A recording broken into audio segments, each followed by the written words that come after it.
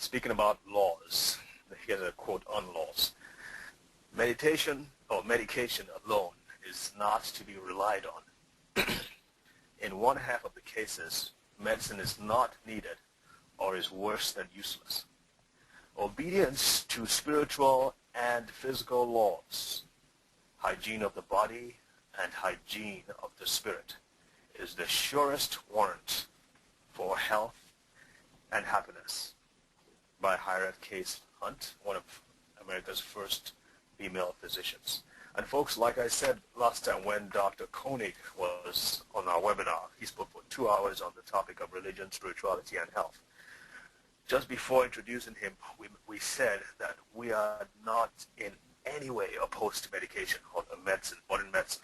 I can tell you now that I'm alive today, and the same can be said for people all over the third world, kids who have grown up in the third world or developing nations.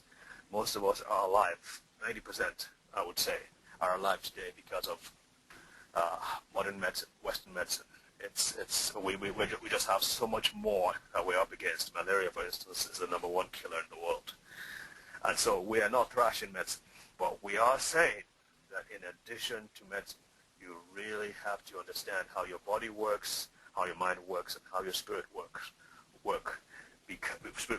because these are all crucial to your medication working, even to nutrition working, and really they are crucial to your living a happy and fulfilling life upon this earth. And so again, that's why we are so glad to have Mark Waldman on tonight to speak to that and to show us what technology and research have been able to show us about how the mind, the brain, and spirituality work together. And so I'm going to ask Sherry to go ahead and introduce him. Okay, I'd be glad to. It is my pleasure to introduce Mark Robert Waldman, a therapist and an associate fellow at the Center for Spirituality and the Mind at the University of Pennsylvania. The explicit goal of the center is to use advances in neuroscience and psychology to advance healthcare in medicine and psychology. Mark is the author of 10 books on relationships, spirituality, and neuroscience, and was the founding editor of the academic literature review journal Transpersonal Review. According to Time, Newsweek, and the Washington Post, Mark and Andy are the world's leading authorities on spirituality and the brain, and their research was just featured in a special issue of Time and Oprah magazine. Their work has been on National Geographic Television, CNN, 2020 News, Oprah Radio, and PBS Television. In their newest book, which is called How God Changes Your Brain, it explores the neural correlates of meditation and spiritual practice. Mark and Andy show how meditation can improve memory, lower anxiety and depression, reduce stress, and even slow down the aging process of the brain. Their research also shows that America's perceptions of God are rapidly changing, moving away from traditional religious beliefs to be replaced by a more mystical view of the universe. In fact, their research has begun to change how we view the nature of consciousness, religion, and even reality itself. Mark is currently developing simple techniques to rapidly change the neural functionings of the brain. These exercises are now being applied to psychotherapy, the training of oncologists and nurses, to families dealing with mental illness and age-related problems, to eating disorders, and to disadvantaged children and inner-city teens. Wow. Mark teaches executive communication in the MBA program at La Jolla Marymount University, and his mission is to help bring a little more peace into the hearts and minds of individuals, and hopefully to bring a little more peace into the world. So please welcome with me Mark Robert Waldman. I always feel like we should have like applause or something, but nobody would hear it. All right, that works. Thank you. There's a wonderful statement, what is the sound of one hand clapping? It's an old Zen koan, but personally speaking, it doesn't nearly sound as warm as wonderful as 400 or 500 hands clapping. So thank you all for tuning in. Yeah, you're very welcome, Mark. And listen, I think you have to accept the presenter button in the middle of your screen so we can see your screen. To show my screen. Oh, okay. Let's look for that.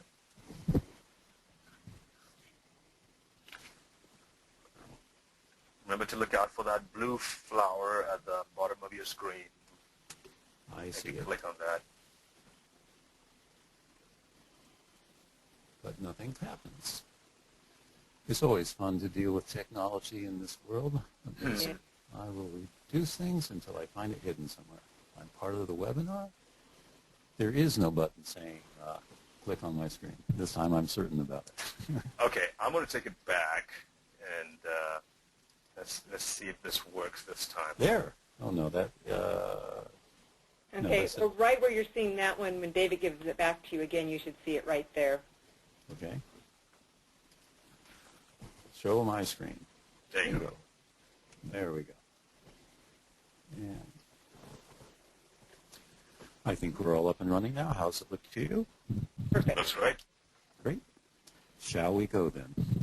Wow. I take you all into a journey. What you are looking at is a picture of God. But the moment I said the word God, the neurons in your brain probably went wild. Some of you are saying, well, that can't possibly be a picture of God. But I can tell you, as a neuroscience researcher, that it is. How do I know? Because when I asked a room full of students to draw me a picture of God, this is what one person came up with. God. It's nothing more than a word. But no matter how you think about it, God influences our life. And it doesn't matter if you're an atheist, an agnostic, or a true believer. But what exactly is God? Andy Newberg and I have asked thousands of people to define God, to draw a picture of God, and to describe their spiritual experiences. And do you know what we found? That everyone has in common? Hardly anything.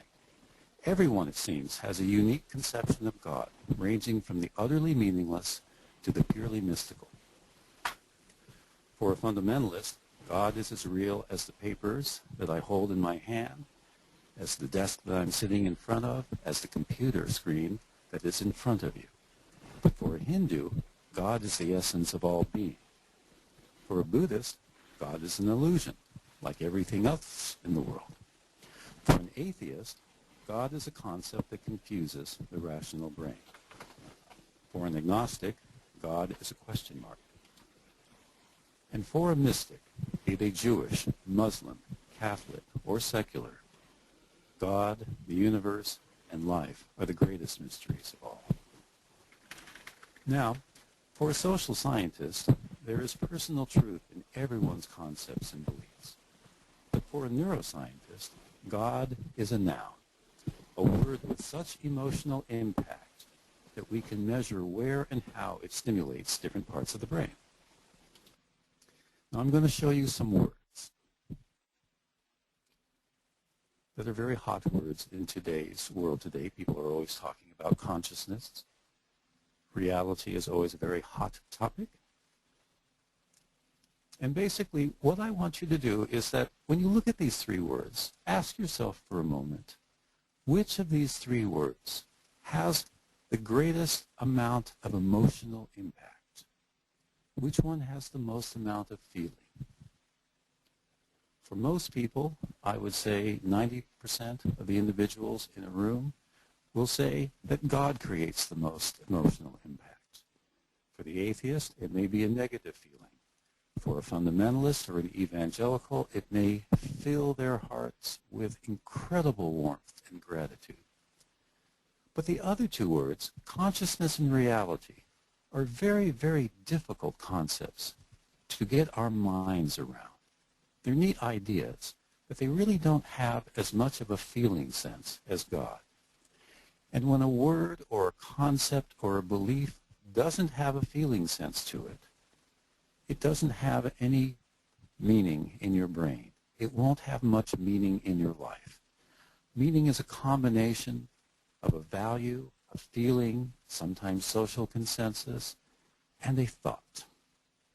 But you don't have to contemplate God to change the neural structure of your brain. Any big concept will do, evolution, the Big Bang, or the nature of human love, because these two have the power to change your brain in ways that can improve your physical and emotional health.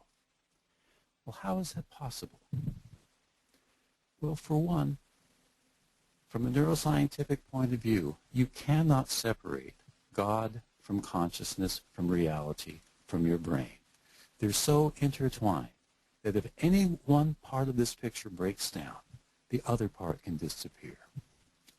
Destroy some of the circuits that are involved in human consciousness, and you won't be able to perceive reality or God. Another circuit in the brain, if it's disrupted, can turn a non-believer into a believer, or a believer into a non-believer. But probably the biggest question and the most mysterious word on this page is not God, or consciousness, or even the brain, but it is reality. What is reality?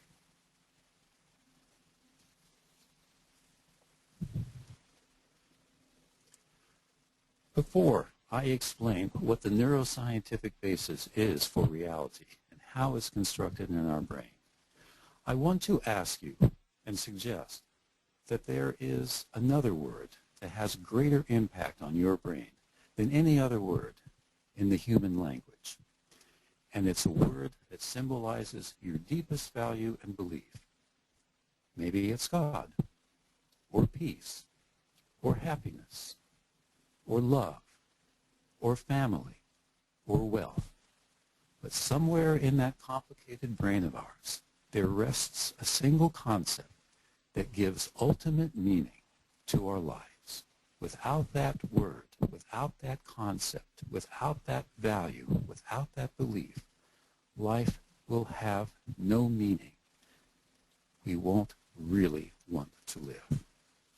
But if you find that inner value, that special word, and you focus on it deeper and deeper and deeper, it'll transform your brain and it will transform your life in ways that our research show are extraordinarily healthy for your body and your brain.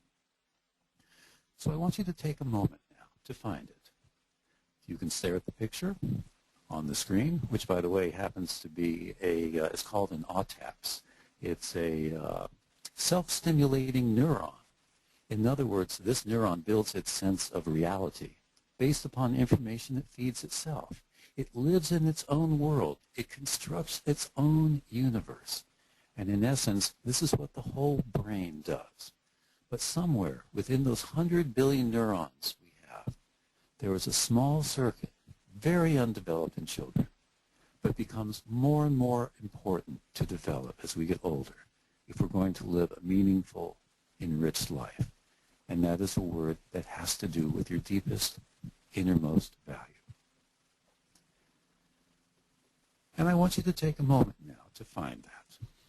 So close your eyes and take a deep breath and even yawn for a few times, because that will help you to relax. And then take another deep breath and maybe another yawn.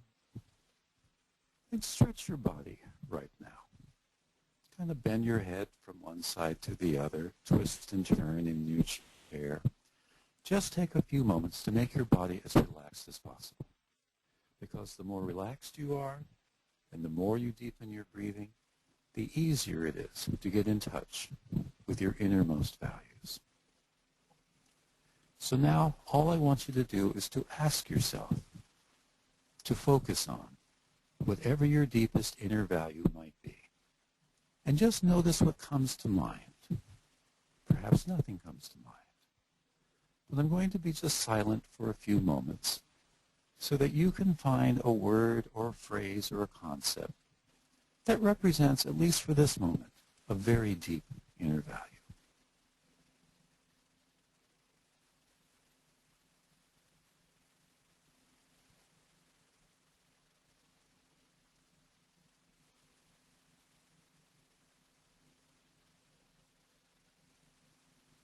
envision it in your mind.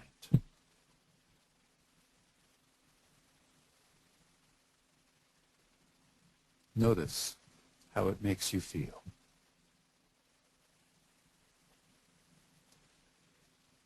Take another deep breath and see if you can amplify the feeling that's associated with your deepest inner value.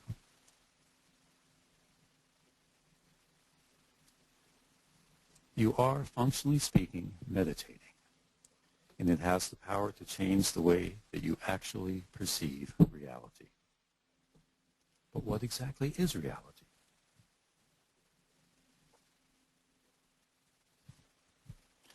Does it really exist? Or is it just a figment of our imagination? Now, for centuries, philosophers have debated this question, but to no avail. But I would say that in the last 5 years or so, neuroscience has solved many of these riddles of the mind. So this is what we know. We know that there is a reality that truly exists, but it can't be accurately perceived by the mind. We also know that different parts of the brain create different reality maps. You have a visual map of the world. You have an auditory map of the world. You have a dozen, 2 dozen, 3 dozen emotional maps of the world. You have lie detecting maps. You have a me map. You have a you map. You even have a we map, but I don't think we use that map too often.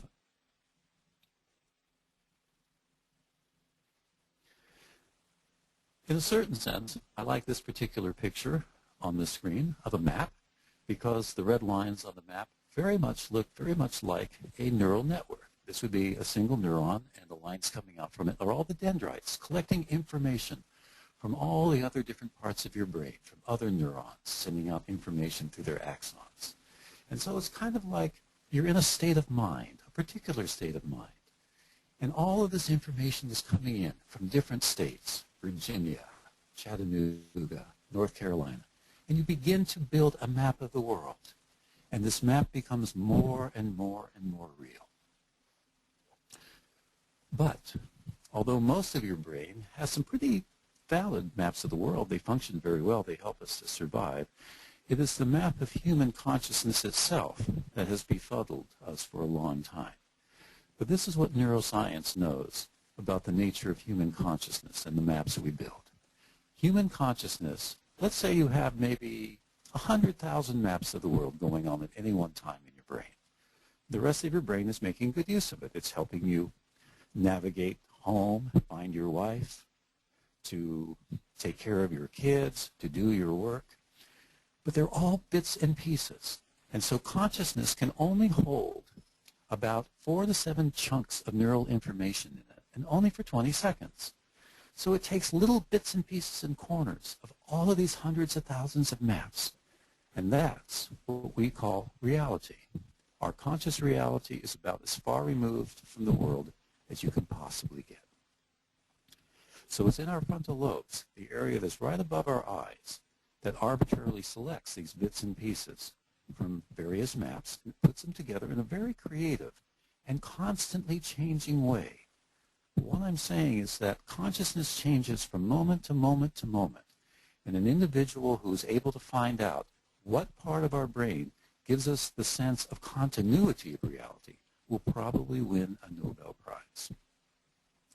I mean, we even have neurons that build reality maps that are based on nothing more than self-stimulation. That was that slide that I showed you earlier of the autopsy. But the map is far removed from the reality that exists out in the world. It's just a metaphor for what may actually exist. Our brain fills in the blanks, and that's what we call reality. But that's only a set of beliefs, and they are different for every single person in this world. Some people believe in heaven, others believe in the Big Bang, but we all believe that our perceptions of reality are true. They aren't. We see things that don't exist, and we don't see things that do. But this is very difficult to prove. Let's take, for an example, the computer that you're staring at right now. Do you think that it actually exists in the world? Most people will say yes, and physics will agree. But let's take color. How many of you believe that color actually exists in the world.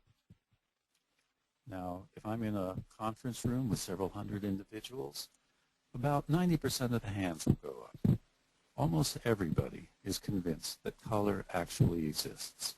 But all you have to do is open up your kid's high school biology or social psychology or biological psychology textbook, and it'll be right there in the first few pages. Color does not exist in the world. Light waves exist in the world, but we can't see them. We have a few color cones in our eyeballs that fire to a very limited range of color. And then that information is turned into neurotransmission. That's the end of color. Color doesn't exist anywhere other than a very abstract, arbitrary map created in the back part of your brain.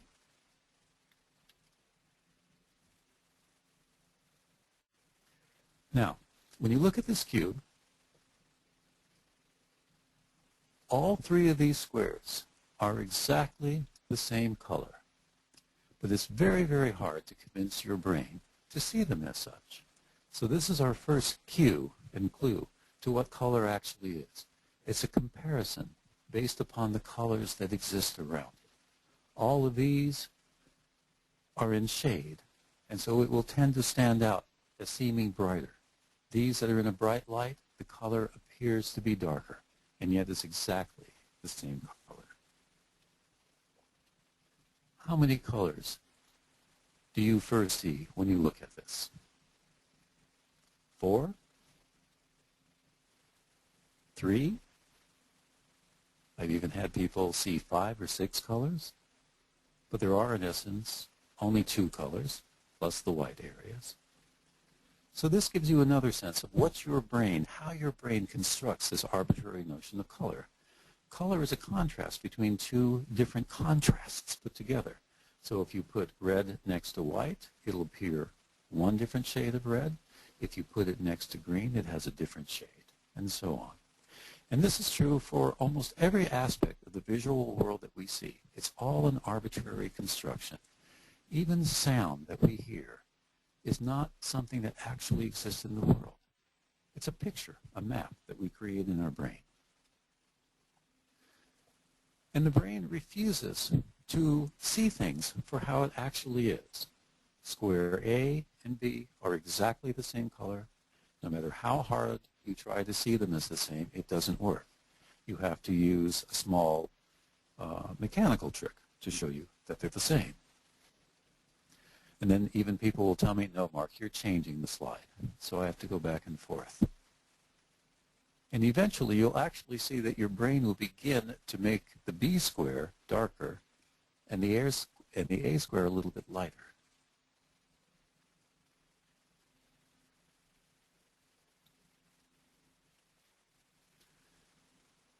Now, here's a very interesting phenomenon. Now, neuroscientists love to use optical illusions because it helps us understand how the brain constructs the realities by which it governs its life.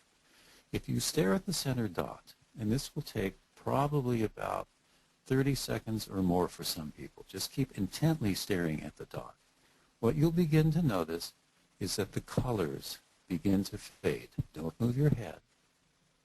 And soon, many of you will begin to simply see two different shades of gray. The color disappears. And here's the most amazing thing. There are no gray firing neurons in the brain. To this day, we don't know how the brain manages to construct, or where it constructs, its notion of the color of gray.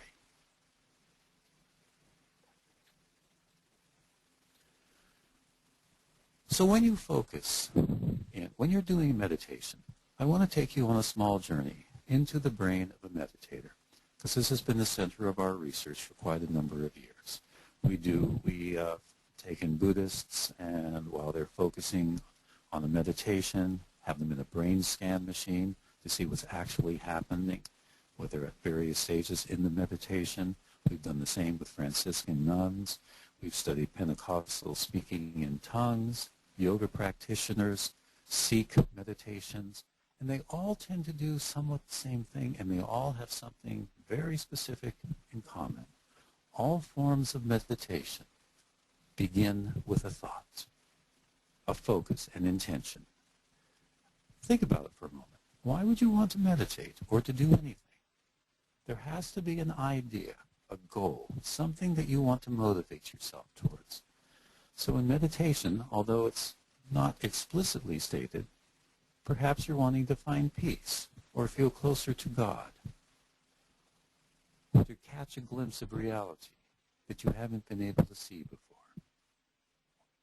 But it still begins with a thought. And this is what we see in the brain scans, is that the frontal lobes, the area, again, right above your eye would be approximately right here, and in these prefrontal areas, as you begin to focus more and more on whatever object of contemplation you choose, it becomes more and more activated.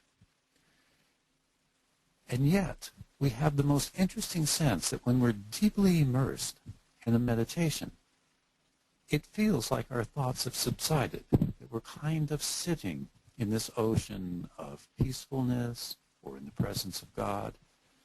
And yet, basically, from a neuroscientific point of view, our frontal lobes are functioning more rapidly than ever before. This is where logic, reason takes place, where consciousness itself emerges. We don't know what it actually means. Perhaps it means that our neurological processes are becoming more organized. Perhaps they are functioning better.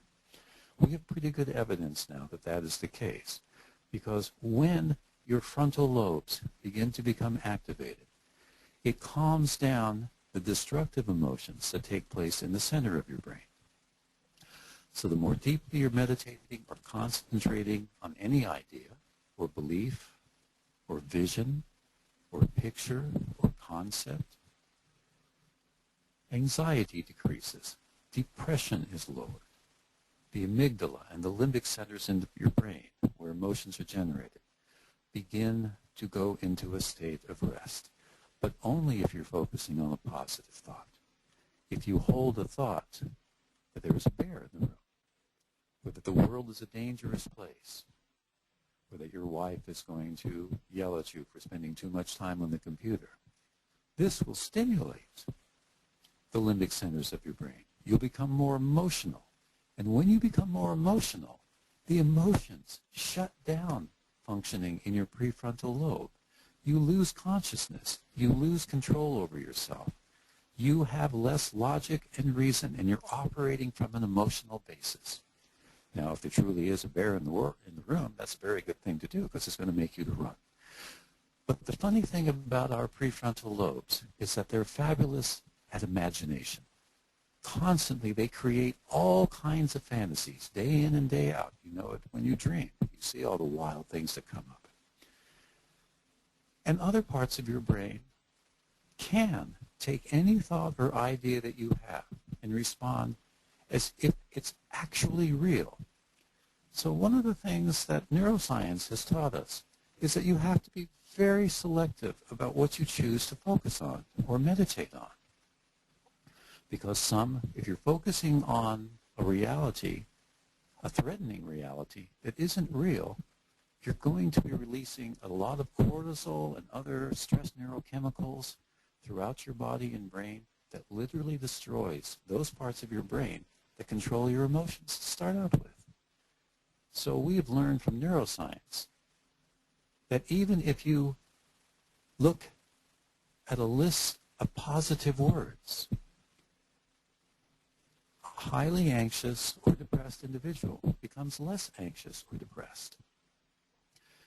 Whereas if you look at a list of negative words, you become more anxious and more depressed.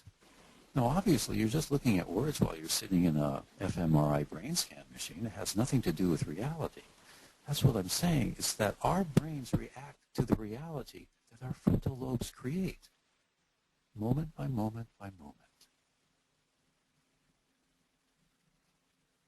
We discovered something very interesting. Andy's first set of brain scans were done with Buddhist meditators, and they were focusing on consciousness.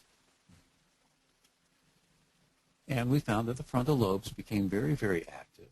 And about 45 minutes into the meditation area, the parietal lobe, or the orientation area of your brain, which is back behind, kind of like right above and behind your ear, you can see how the activity before you're meditating is very, very active here.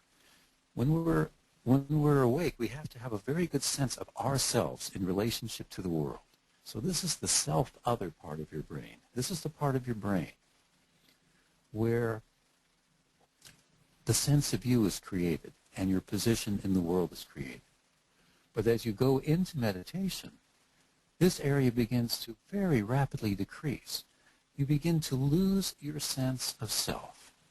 And thus, for the Buddhists, they begin to feel that they are immersed in consciousness itself. Consciousness becomes the entire universe. And then Andy did a study with Franciscan nuns, and they were doing the centering prayer, which is becoming very, very popular now in the Catholic tradition. And their goal was to feel closer to God. We saw almost exactly the same thing taking place in their brain. The frontal lobes became very, very active, and the parietal lobes, their sense of self, began to disappear. And their sense, what they reported subjectively, they felt closer to God. They began to feel that they and God were one. So whatever you choose to focus heavily on, this is the sensation of oneness. This is the spiritual notion of being at one with.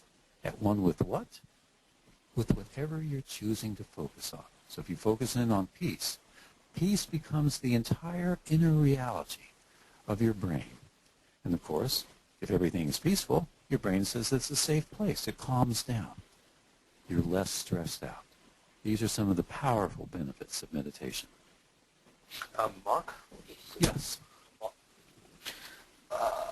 Why is it only on one side of the brain that the parietal lobe gets quiet? Nobody knows. Very simple answer. Neuroscience is really a very primitive art at the moment. We see that these changes take place, and probably for the next 10, 50, 100 years, we're going to do a lot of guessing. We take bits and pieces and weave them together and find out what they are. So there's a lot of evidence showing that one side of the brain or the other processes a sense of self in different ways. And the two halves of the hemisphere are constantly in communication with each other. So we don't know why one side of the brain does it. It may be more related to a spatial, physical sense of self, or it may be more of a cognitive, abstract sense. But we don't know enough yet to say anything much more than that. Okay. So again, this is the experience of becoming one with the object of contemplation. The sense of you begins to disappear. And it takes about 45 minutes into serious meditation to do this. Now the problem is that we don't really find that too many people feel they have the time to do 45 minutes of practice. But we have found in some of our studies that even doing 12 minutes of practice is enough to begin to create the same kind of changes in your neurological circuits that the longer meditations do. And you can change parts of your brain, some of the functions, by as much as 25%. We're really playing with some wonderful mystical wildfires here. We don't know what we're doing with it all. But as far as we can tell, meditation is the most effective and the most powerful way to change your brain. It's far more powerful than any medication that we know of. Now, we recently completed a memory impairment study. We took a number of individuals who were mildly cognitively impaired, and we taught them a Kirtan Kriya meditation. And in this one, it's both a mudra and a mantra. And so you actually sing the words, sa, ta, na, ma, sa, ta, na, ma.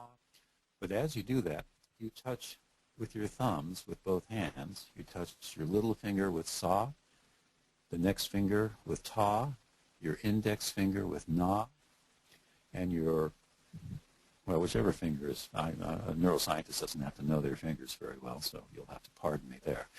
But you can try this for a moment. You can do sa, ta, na, ma, sa, ta, na, ma.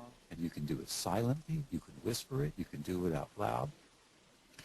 And again, we found after 8 weeks that not only were various forms of memory improving by about 10%, again, areas in your prefrontal lobes, but it didn't matter whether or not the person had a religious belief or not. So we began to realize that a spiritual meditation has the same effect on your brain, and it doesn't matter if it's Buddhist or Christian, if it's Muslim or even secular.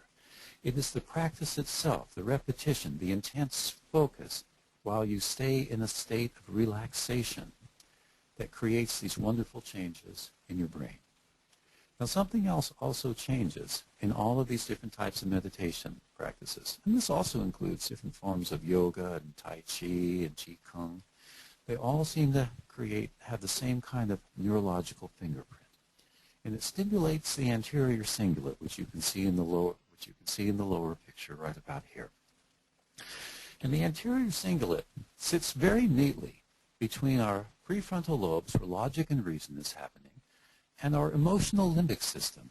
So it's what balances. It creates a wonderful balance, the right amount of balance between our feelings and our thoughts. If we have too much feelings and the seesaw tips in that direction, we lose our logic. We start to act irrational, like when we're angry or depressed, and our feelings govern us in very destructive ways. If we have too much thinking going on, and there's no feeling going on, we can be a sociopath. We know what to do. We know how to manipulate the world. We can survive very well. And we might make a very good CEO in a major company. And I would love to get some CEOs into our lab to see if it's really true. But I suspect that some of these individuals do not have a deep feeling sense for the choices that they make. Why? Because the anterior cingulate is one of the newest parts of the human brain. And it turns out that it's the center for social awareness and empathy. So the more that you practice a meditation based on a positive thought or feeling or belief, the more stronger your anterior cingulate becomes. So it can balance your thoughts and your feelings better, and it generates the capacity to feel more compassion towards other people who are suffering. People who are under the age of 25 have a very poorly functioning anterior cingulate, which may explain why they can't truly feel or empathize with other individuals. And of course, this is the period when divorces are most likely to happen. But the older you get, the more the anterior cingulate comes online. And again, what we're finding is that you can use any form of meditation to strengthen your frontal lobes and to improve the functioning of your anterior cingulate. So the question then comes, since this was a memory study, can meditation and prayer help to maintain cognitive function and slow down the aging process? And this is a question that is still up for grabs. The answer is yes, but that 10% improvement may not be enough to have any practical or pragmatic value. It's a little tiny boost in memory. Most people really shouldn't worry about losing memory. We probably remember 10,000 elements per minute, per hour. Nobody has any idea. It's just that we pay attention to the 2 or 3 things that we forget. Our brains are designed to look for the errors, to look for the problems, to look for the discrepancies. We actually have to train our brain to be positive, to be peaceful, to be happy. Our brains are 50,000 years old, living in a time when survival was very, very difficult.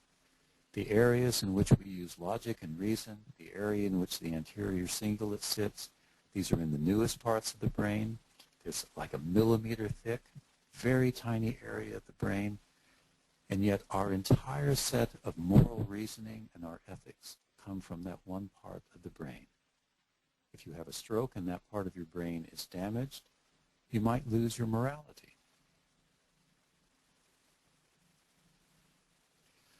But there's something else I want to point out about memory. Normally we take our memories for granted, and again this ties back to my notion on what reality is. What the brain does is that it will go back into the memory circuits, to find something that it relates to, and then it'll use that to predict what the future outcome will be. And so you can see here several things that happens. If you actually see a bear growling at you, you get certain parts of your brain stimulated. And then, in the picture on the right-hand side, if you imagine that same bear, you'll see that similar areas, but not the same areas in your brain light up. So your memory is not quite the same as the original real experience that you have. And each time you recall a memory, it changes a little bit more. So your brain is basically taking a picture of the memory that you just called up. It's acting as if that memory is real, and then it relocates it back into a new memory circuit, slightly different. So what happens is that our autobiographical memories, the memories of our personal childhoods, are the first to be highly, highly distorted. There are wonderful sets of experiments done by many people. Andy and I listed them and talked about them in great detail in our book, Why We Believe What We Believe. And Elizabeth Loftus is responsible for a lot of this research, showing that you can arbitrarily implant false memories into any adult's mind about their own childhood. And the more that false memory stays in your childhood, the more you hang on to that false memory, the more real you believe it is. And so the subjects will oftentimes argue incessantly with the researcher, saying, no, I know that was the case, until we show them. One of the favorite ones that I like is about 25% of the individuals can be convinced that they actually shook hands with Bugs Bunny when they went to Disneyland as a child. But as anyone knows, that wascally wabbit would be shot if it was found on the Disney studios, because he was a Warner Brothers character. And yet there are people walking around today from Elizabeth Loftus experiments just convinced that they actually shook hands with Bugs Bunny. So memory is the most unreliable form of reality that we have. Now, we discovered something very, very unusual in all of our meditations subjects. In a non-meditator, for most of us, this is the thalamus right here. And we actually have two thalami. And when we're awake, both sides are rather active. The thalamus you can view as grand central station of our sensory processes. So sight, smell, taste. All of this information is fed primarily into the thalamus. And what we are finding is that for meditators, when they are awake, one side of the thalamus is very active, and the other side is acting as if you were asleep or in a very restful state. This is so unusual, and Andy's day job is he basically looks at all the radiology and brain scans and body scans of patients all day long at the University of Pennsylvania Hospital. And this is so rare. You see this maybe in a few schizophrenics or epileptics. But we have many hundreds of individuals who have been long-term meditators, and these people are not crazy. They do not have anything wrong with them. So what we're suggesting is that the thalamus is the reality formation part of the brain. It takes all of the information in from our senses, and it sends it out to all the other parts of the brain. But it does exactly the same thing with all of our thoughts. And so when you start to dissect the human brain, you find out that there's enormous amounts of connections that go from our frontal lobes to the thalamus. And this does not happen in primates very much at all, and it barely happens in mammals. In other words, for all other creatures, consciousness and awareness is kind of like the movie that you're watching of what has happened in your life. But human beings are different. We can create any movie we want, and axons will grow out from our frontal lobes, sometimes all the way far back to the back part of the cerebellum, and will influence other parts of the brain. Our thoughts are acted upon by our brain as if they are absolutely real. The thalamus makes no distinction between inner and outer reality. Thus, we create our own inner reality, and we change the way we perceive it with each different thought or feeling. And this again is the thalamus. Here is your prefrontal lobes. Prefrontal lobes over here. Thalamus over here. Direct connection passes back and forth. Your thoughts influence your thalamus. The thalamus sends the information to the other parts of your brain. That information comes back to your thalamus, and your thalamus says, let's send this information of reality back into the frontal lobes. So you can say that when we get caught up in our thoughts and our ideas, this is exactly what is happening. And it's a big neural circuit. And again, this one little area right here between our frontal lobes and the whole limbic system of our brain, this is where the anterior cingulate is. Moral reasoning, social awareness, social empathy, also fast intuitional processing. This is the best place in the world to be focusing our lives upon.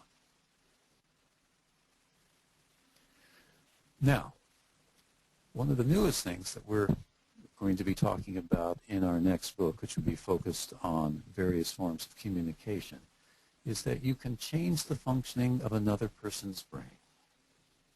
But here we get into some very, very large controversies.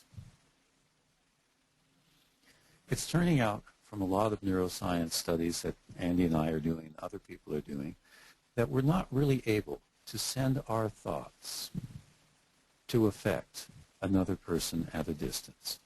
It seems to be that we can send our thoughts to perhaps wiggle a few cells in the petri dish that's in front of us. But the moment we put that petri dish into another room, hardly anything happens at all.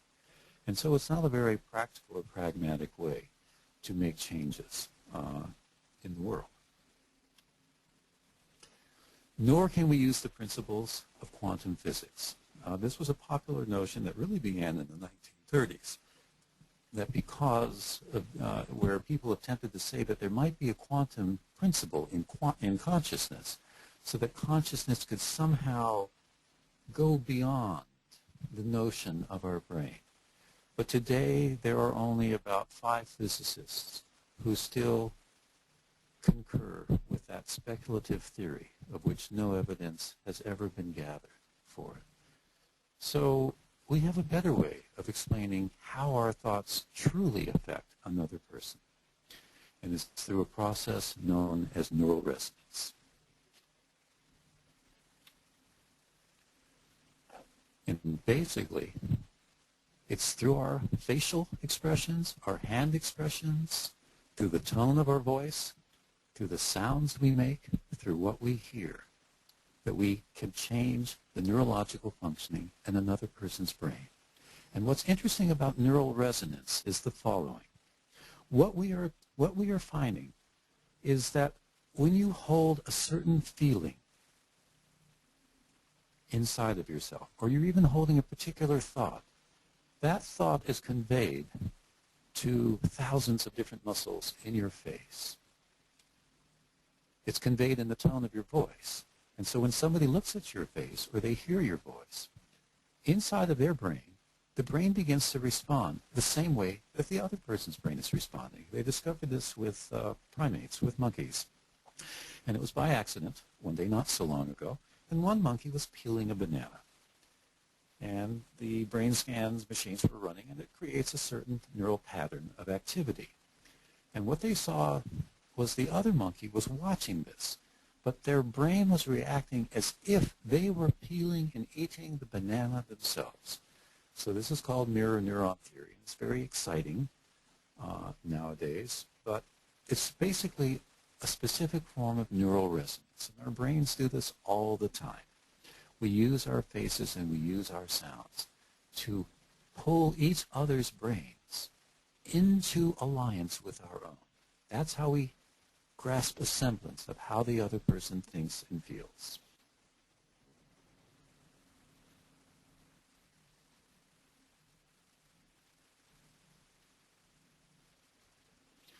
Now, in this picture, the person is not doing anything. In the top picture with the man, he's holding 2 discs right in the frown lines of his face, and he's trying to pull them together. And so it creates the impression in the other person's brain that this is a slightly angry or irritated individual. The same is true with the lower picture. If you hold a pen one way in your mouth versus holding it another way between your teeth, when you're holding it between your teeth, it looks like you're smiling, and the other person perceives that you are happy. Now, here's the really cool thing. Just by holding that pen in your mouth, your own brain begins to respond as if you are happy. So our advice is smile, even if you don't feel like it. It will actually make you more peaceful. It will lower anxiety. It will lower depression.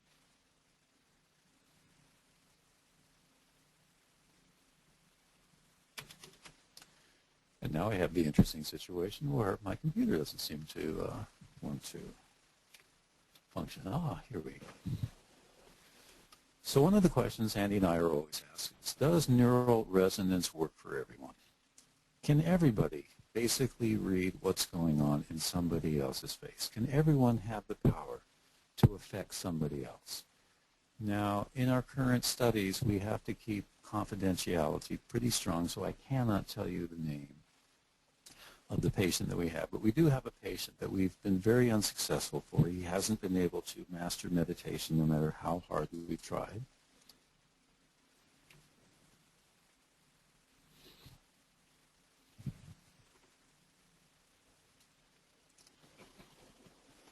So I would have to say that with rare exception, the answer is a definitive yes. But here's another neat little neuroscientific trick.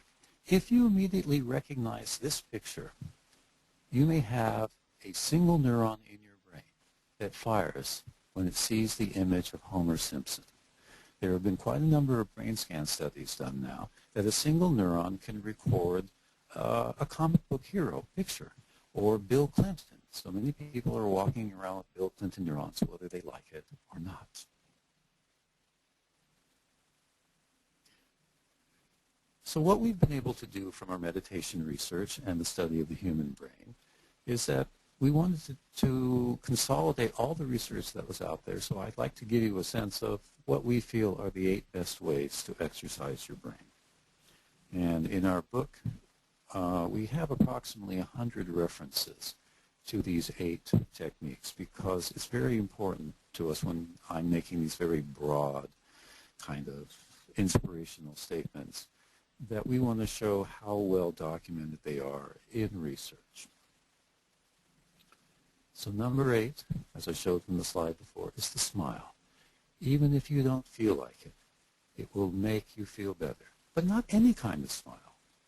We've recently learned that a half smile, like the smile you see in the Mona Lisa, is the most peaceful type of smile recognized by other individuals. And if you can train yourself to have a half smile and to have a very soft gaze in your eyes, this will, we believe, will begin to transform your inner neural reality, perhaps faster than any of the other meditation techniques that we've studied. Relax. Just to smile and keep the body as tense as possible. Go ahead, tighten up every muscle in your body. Tighten your jaw, your lips, your face. Scrunch everything up, your fists, your toes. Now put a smile on your face and try to hold a peaceful thought. It's not going to feel very good. It'll be very easy, though, to imagine that you could punch somebody in the face. So a very tense body, again, tells the brain that it's ready to fight. A very relaxed body is telling your brain that it's safe, a time that you can take it easy. So that's a stress reduction mechanism. Any form of relaxation will work. But we have come across what we think is one of the most overlooked forms of relaxation techniques, even though it was documented in the 1970s and has been part of voice therapy since the 1950s. There is one technique that can relax you in 60 seconds in what normally might take 3 or 4 or 5 minutes through other forms of relaxation or breathing awareness techniques. And it is to yawn. And this makes a lot of people laugh, and they scratch their heads about it. We're kind of well known for being the yawn scientists. But yawning is a phenomena that many, many creatures do. They even breed high yawning and low yawning rats in order to judge when a medication is too strong in your body. So yawning turns out to be a principle for attempting to reset a distressed brain. So epileptics will yawn in order to reduce the epileptic seizures. Stroke victims will yawn in an attempt for their brains to reestablish itself in a coherent, resonant way. When do we begin to yawn? Within 14 weeks in the womb. Yawning basically helps us to develop the circadian rhythms for our inner clocks in our body. So it's a very essential part. If you don't yawn, you're in trouble. You'll actually have neurological problems. Now, the credit for this really goes to Gallup and Gallup at State University of New York, who was able to really identify how important yawning is as a brain cooling metabolism device. And so now we're only at the stage of collecting anecdotal information about how it works. And so far, about 40 or 50% of all people will, if they yawn, find themselves in a profoundly deep state of relaxation. So I'm going to ask you all to stare at the screen, because even seeing a picture of a yawn will create many people to yawn. Again, this is a form of neural resonance. You see the yawning, it makes you yawn. So even if you don't feel like it, I want you to kind of breathe in, try to fake a yawn, and if you really feel uncomfortable doing this, what I would like you to do is to simply do what's called a yawn sigh, and as you breathe out, just go,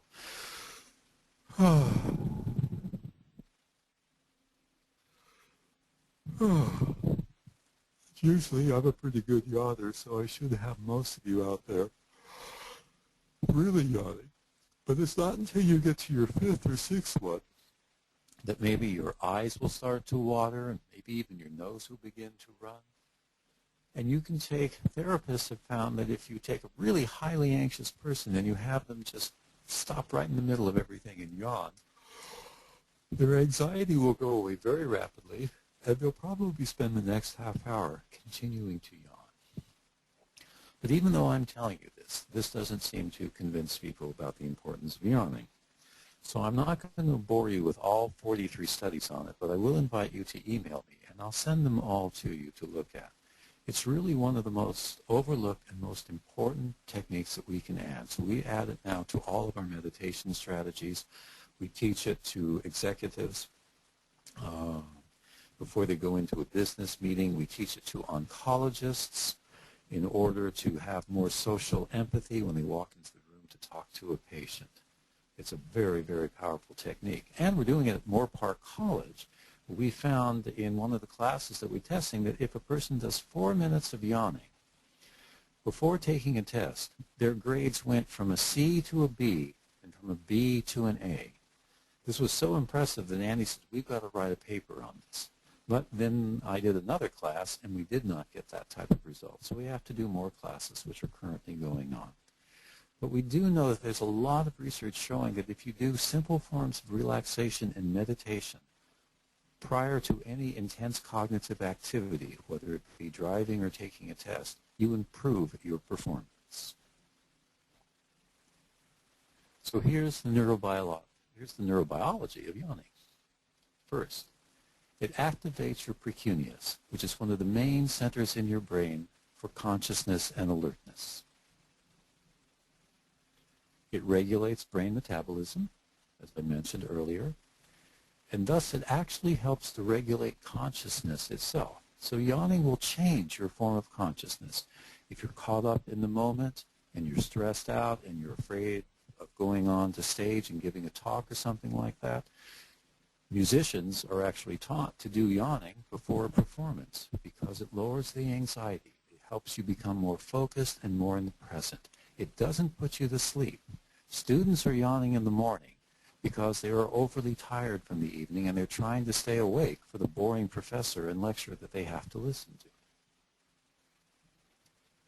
Thus, yawning enhances cognitive alertness and attention, and it regulates one of the widest range of neurochemicals I've ever seen. I have another slide for our academic talks that just show the wide variety of all of the different kinds of neurotransmitters that are stimulated by yawning. It regulates the body-brain circadian rhythms, so it will help you to go to sleep and wake up at the appropriate times. You might even be able to use yawning to help re-gauge yourself after doing a flight from coast to coast. What's most fascinating to me is that it synchronizes behavior in groups of primates. Thus, many people are convinced that it's a primitive form of empathy. And it enhances pleasure because it stimulates the reward circuits in your brain. Fish yawn before changing direction. Dogs yawn before attacking. Soldiers yawn before performing, and soldiers are even taught to yawn before performing very specific tasks. And again, the source for this is the American Scientists in 2005. I wonder if you can guess what the other best ways are to exercise your brain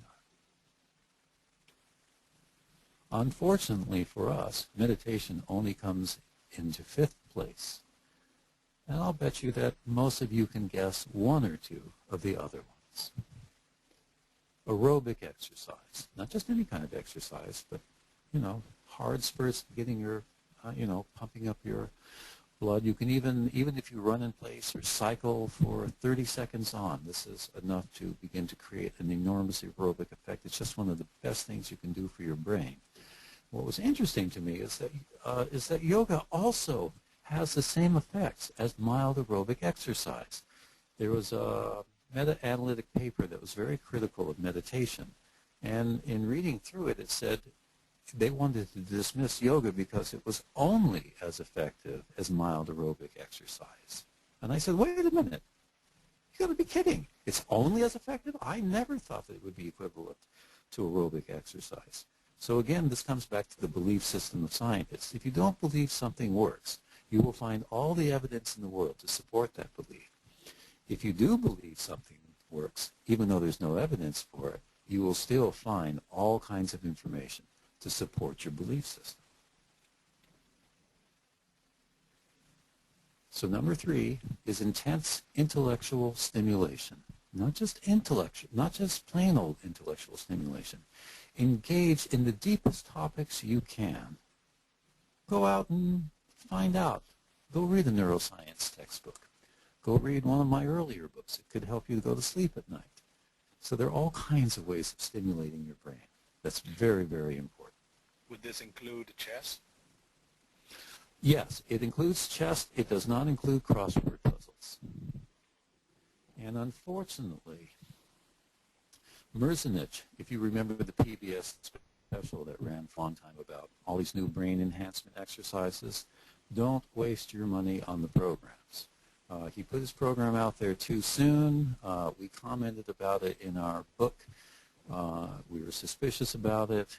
He was having Stanford and Mayo Clinic do studies on it, and Mayo Clinic just came out. It doesn't even make a statistically significant difference. Even if you have a statistically significant difference, most of the studies we read about, statistically significant simply means it's better than chance 95% of the time. So you could be taking a medication that's 95% more effective than placebo, but only by 1%. And what's placebo? It's the belief effect. It's what you believe works for you. So the most important thing turns out to be intense social interaction. And if you combine all of these together, if you sat down and tried to beat any teenager at one of their Nintendo games, that would probably be, and talk to them about them and have that teenager teach you how you can become better. It would be the cheapest way to create probably the best neurological enhancement that you can. I'm working with a woman at the moment who is in her late 70s. She's kind of bored, and she suffered a stroke. But she used to love doing pottery, so I have her enrolled in a pottery class. And it's a tremendous amount of motor coordination skills. It moves very fast, working with a spinning wheel. These are the types of things that are the best things that you can do for your brain. And of course, you can do them all together. You can run on your jogger while you're meditating on a deep value. So you can be doing aerobic exercise and meditation at the same time. Which brings us to the number one best thing you can do to maintain a healthy brain. I don't know if any of you want to make a guess at what that is, but most people are quite surprised. What? Juggling? Juggling? Nope. Okay. Go ahead. Guess again, both of you. Any other guesses? Sherry. Sherry. What do you think? What's the best thing you can do to maintain a healthy brain? It will literally add several years to your life. This is based on a 30-year longitudinal study from the Mayo Clinic and a 40-year longitudinal study from Duke University. Any guess? Speak in positive words. You're getting closer. Okay. Optimism. Optimism. To Mm. maintain an optimistic viewpoint. Mm. And there are other words for optimism. Hope and faith. So this became the key element in our book and in our research. The moment you lose faith in yourself, the moment you give up hope of survival, the moment your optimism turns into pessimism, you are more likely to die. The first person to recognize this formally was Viktor Frankl in his very famous book, Man's Search for Meaning. Right. And he noticed that it were the people who gave up hope who would throw themselves in the concentration camps against the wires and electrocute themselves. So they had to have faith. They had to have faith in themselves. They had to have faith in that their family was waiting for them on the outside. So you can imagine the terrible, terrible, terrible disillusionment there was when they found out that their spouses and children were killed in other concentration camps. So how do we define faith? Any positive belief or thoughts, rational or irrational, real or imaginary, it truly doesn't matter, that predicts a positive future. This is the most important thing to build into your meditation practice, into your daily practice. It's even what every billionaire or millionaire does. They don't ever give up their faith in themselves, in their vision, in their goal. So if your vision is to make $1 billion, don't give it up, or you won't make it. If your vision is to have inner peace, don't give it up, or you won't make it. And if your vision is in a positive God, that too turns out to be profoundly healthy for your brain. But we do have evidence that focusing on a negative God, or a punitive God, or an authoritarian God can clearly damage your own brain.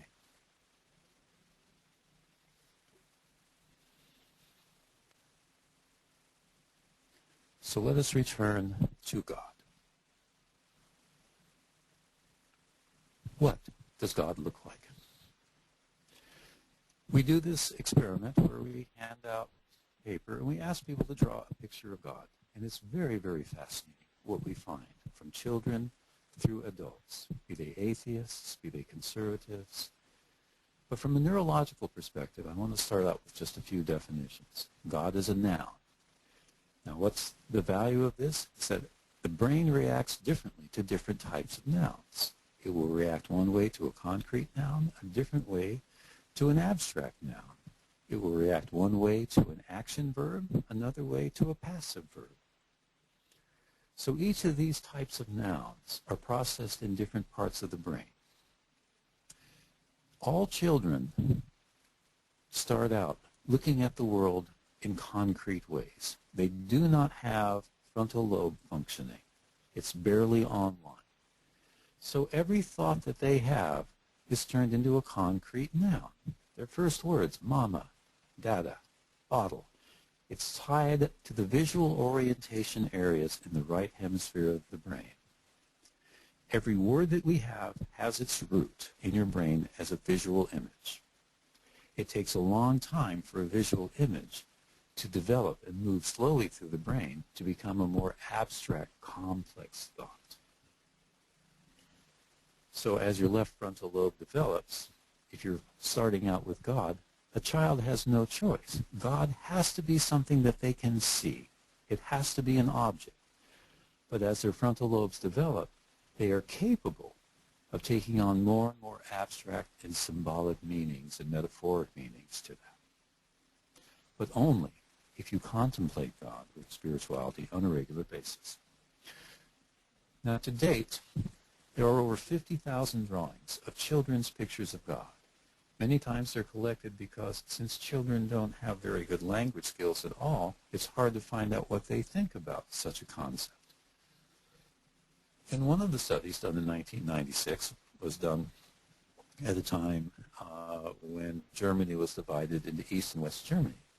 And the West German children, and I think he had like 1,400 of these pictures gathered, were all going to Lutheran schools at the time.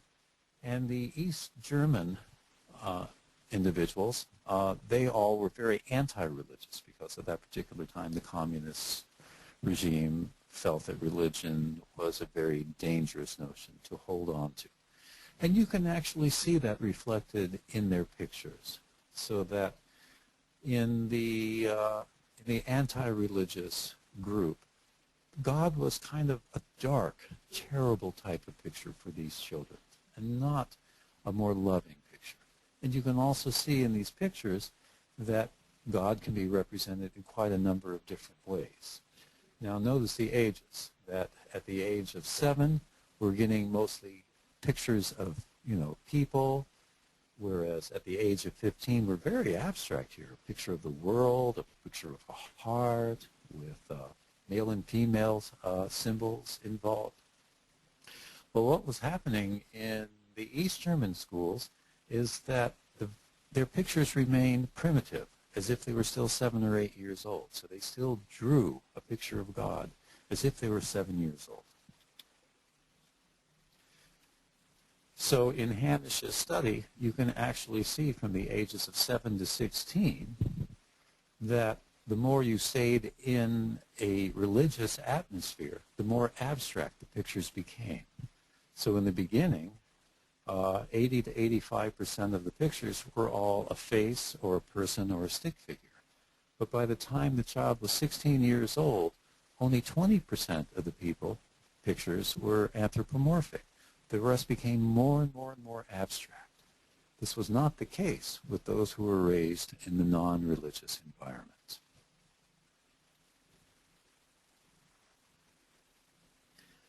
So we raised the question, what happens after the age of 16?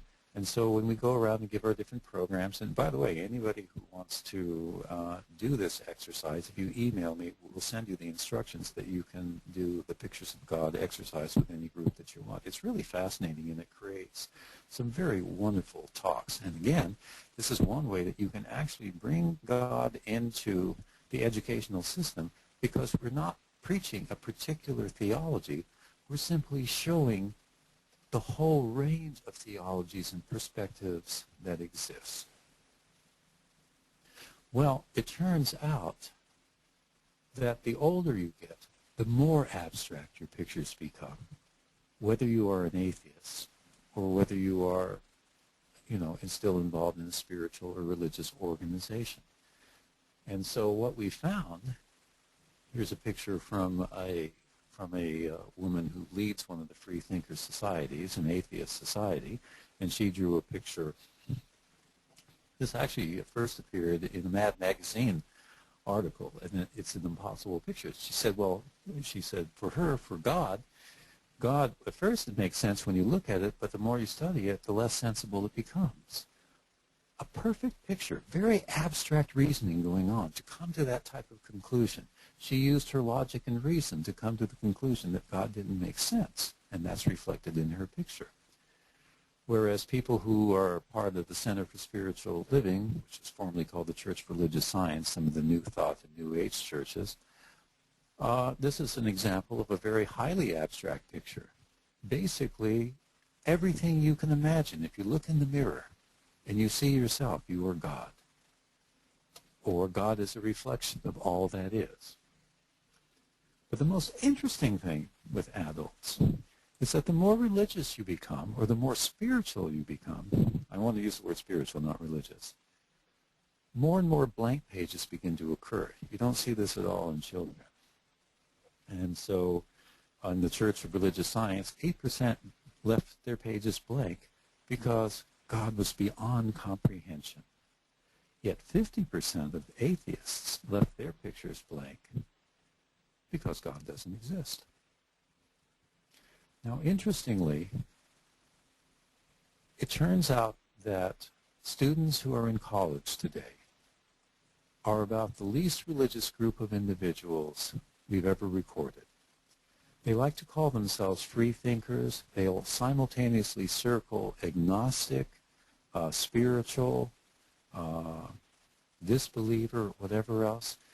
They're very open, but remember, they have minds that are just beginning to struggle with these abstract concepts. So throughout history, adolescence is a time when we question our spiritual values, what they really are.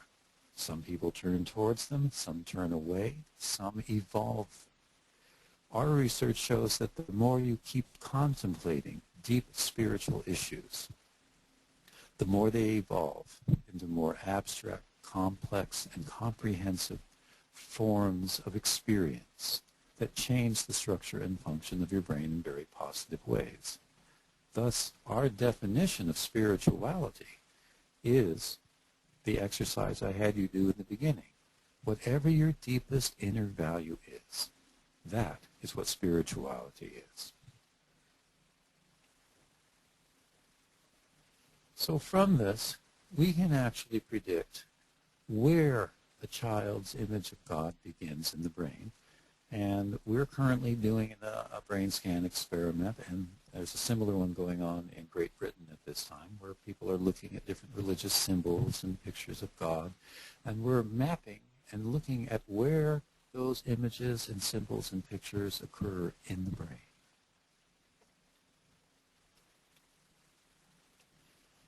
So, again, the question, does an atheist have a God neuron in his or her brain? And I'm going to say absolutely. Again, the moment you conceive of the notion of God, and there's a lot of evidence to suggest that if God didn't exist, we would dream up such a notion, because God seems to represent every part of our brain that exists outside of our limited human consciousness. So you can see how this now ties back in to what I said in the beginning, how you cannot separate God from consciousness from reality. From a neuroscientific point of view, consciousness is a little tiny piece of a map, which is a piece of a map, which is the piece of a larger map that has something vaguely to do with the reality that actually exists outside of that. And so in this little tiny area of consciousness that we have, some part of our brain asks, there's got to be something more than this. I sense it. I know it. I know that my perceptions are limited. I know that my consciousness is limited. I know there's more.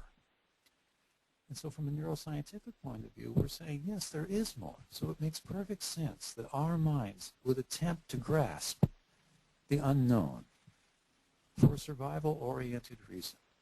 We want to know if that unknown is a friend or a foe. If it's a hostile environment, we want to protect ourselves from it. If it's a friendly environment, we want to embrace it.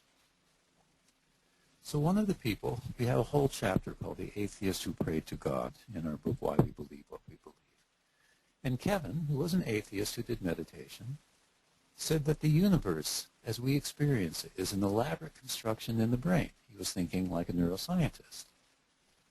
And for him, that construction is a dot of consciousness, and within that dot is our perception of God. So Andy and I were very impressed with that. We actually said, we think this atheist perception of consciousness and the relationship of God is a valid model to use. And we have found that within the theological communities, it's a very welcome environment. Mysticism is growing enormously. So Kevin is an atheist, but when he focuses and meditates on God, one half of his frontal lobe goes up and the other half goes down.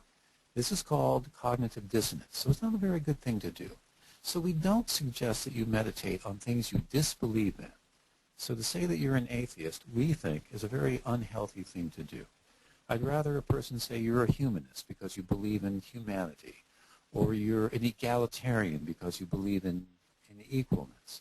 So our advice to everyone is to make sure that you don't make a living out of focusing on something you don't believe in. We believe that it's very, very damaging to your brain.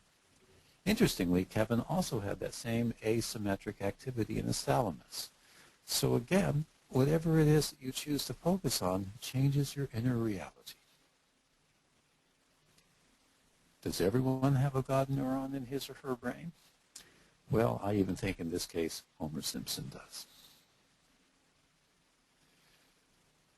Recently, the Baylor University did a study on how people perceive God. And from the questions they asked, they were able to identify that 31% of Americans believe in an authoritarian God, whereas 24% believe that God is distant and uncaring. You know, we'll have our just rewards when we end, but he doesn't care much about our lives today. By the way, Baylor University is a very conservative Christian university, but they do very, very good, accurate research. 16% of people believe that God is critical. And only 23% believe in an all-loving, compassionate God. So when you add up the distant, authoritarian, and critical gods, 70% of Americans are living with a God, with an idea, a concept that we think is hurting their brain.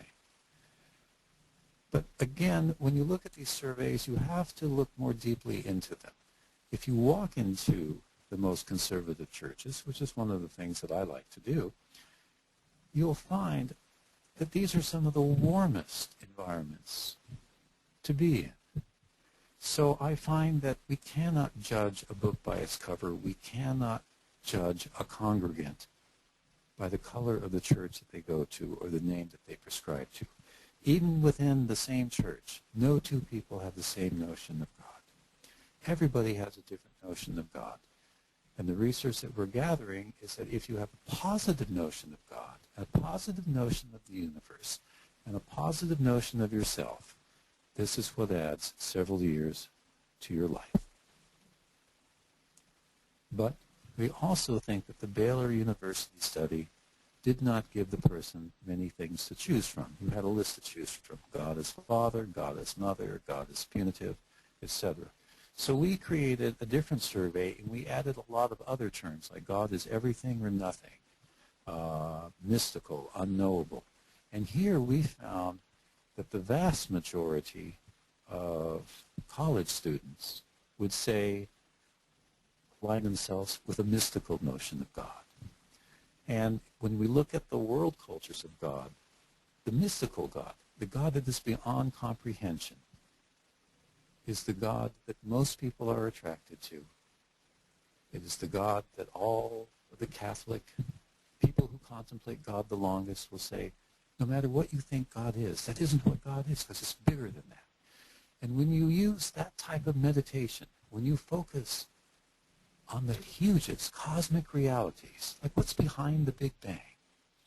If you're a teenager, like my son said, it'll probably give you a headache.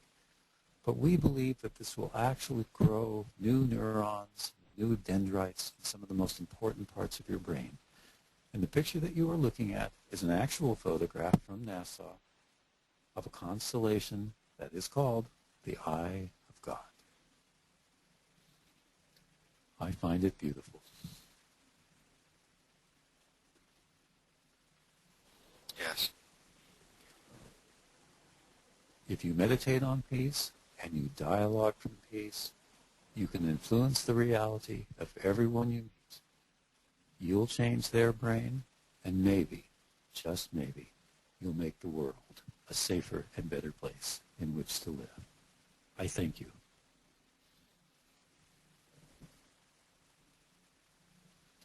That is the end. Well, thank you very, very much, Mark. This is different from anything we've ever had on these webinars. I can tell you that right now. Well, that's what you get when you contemplate neurons every day of your life. Some people would say I'm neurotic about it. I would rather say I'm neuronic about it. My favorite game is Neuropoly. Neuropoly. Okay, well, I'm going to give our Enough audience... of this neurobabble. First we had psychobabble. I'm sure I'm generating a whole world of neurobabble. Neurobabble. So remember one thing, since most people do consider us some of the most brilliant neuroscientists when it comes to spirituality and the brain, remember one thing, 90% of everything I told you might be false. You mean in the next 10 years when they discover... I really suspect that most things are going to change that rapidly. But it's a good place to begin. And I'm really, really convinced that neural resonance is such an important thing to teach individuals. Neuroresonance, what do you mean by that?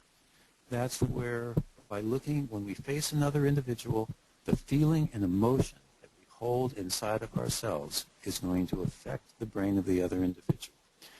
If I face you with anger and suspicion and distrust, I'm going to generate in your brain anger, suspicion, and distrust. If I walk into the room focused on my innermost value, which for me is compassion and cooperation and peacefulness, your brain has no choice but to resonate to the state of mind. Why? Because your brain is attempting to find out what's going on in my head, to find out if I'm a friend or a foe. So you can train yourself to be loved, to be liked. And when you create neural resonance, you can do teamwork better, which is why I'm teaching this and have been invited to teach this at the business college at Loyola Marymount University. Well, folks, I'm going to give you a chance to type in your questions. Remember that in the blue panel to the right of your screen, there's a spot for answering questions. I'm going to take the screen control briefly from you, Mark, and just show a few slides to our guests before they retire for the night. Folks, next week, Dr. Sears will be back to speak on toxic fat syndrome, why healthcare reform starts in the kitchen. And the next slide, if I can find it. Okay. All right. Sure, are you taking the questions? Sure. I'll go ahead and ask a couple. No, let me just finish up with this announcement first. Just want to make sure you're compiling the questions. Oh, okay. Okay, folks, Dr. Pedersen will be here on Tuesday. Sorry about this. This date is wrong. It's Tuesday the 17th to speak about the new kind of nano silver. It is not colloidal silver, but it's a nano, I guess you would call it colloidal silver on drugs, on steroids. And I'll be here speaking on Thursday next week about our philosophy and how far we've come. Remember, you can always have memberships. If you miss any of these webinars, I tell you tonight's webinar is something you want to listen to over and over and over again. We have for a low monthly charge, you can actually have access to all these webinars for I think over 30 days free of charge, and then it drops. It goes to about 50% off for any other resource in our online store. We really encourage you to avail yourself of these, because these are really, really great presentations that we're compiling for you. And you can find the information on our websites right up there, buildingstrengthwebinars.com. All right, I want to give it back to Mark so we can see his wonderful picture while we go over the questions. Mark, you're going to have to accept it again. Great. I did that. Yes, I'm getting better at this. You are. You really are. Okay, Sherry, go ahead. Okay, Mark.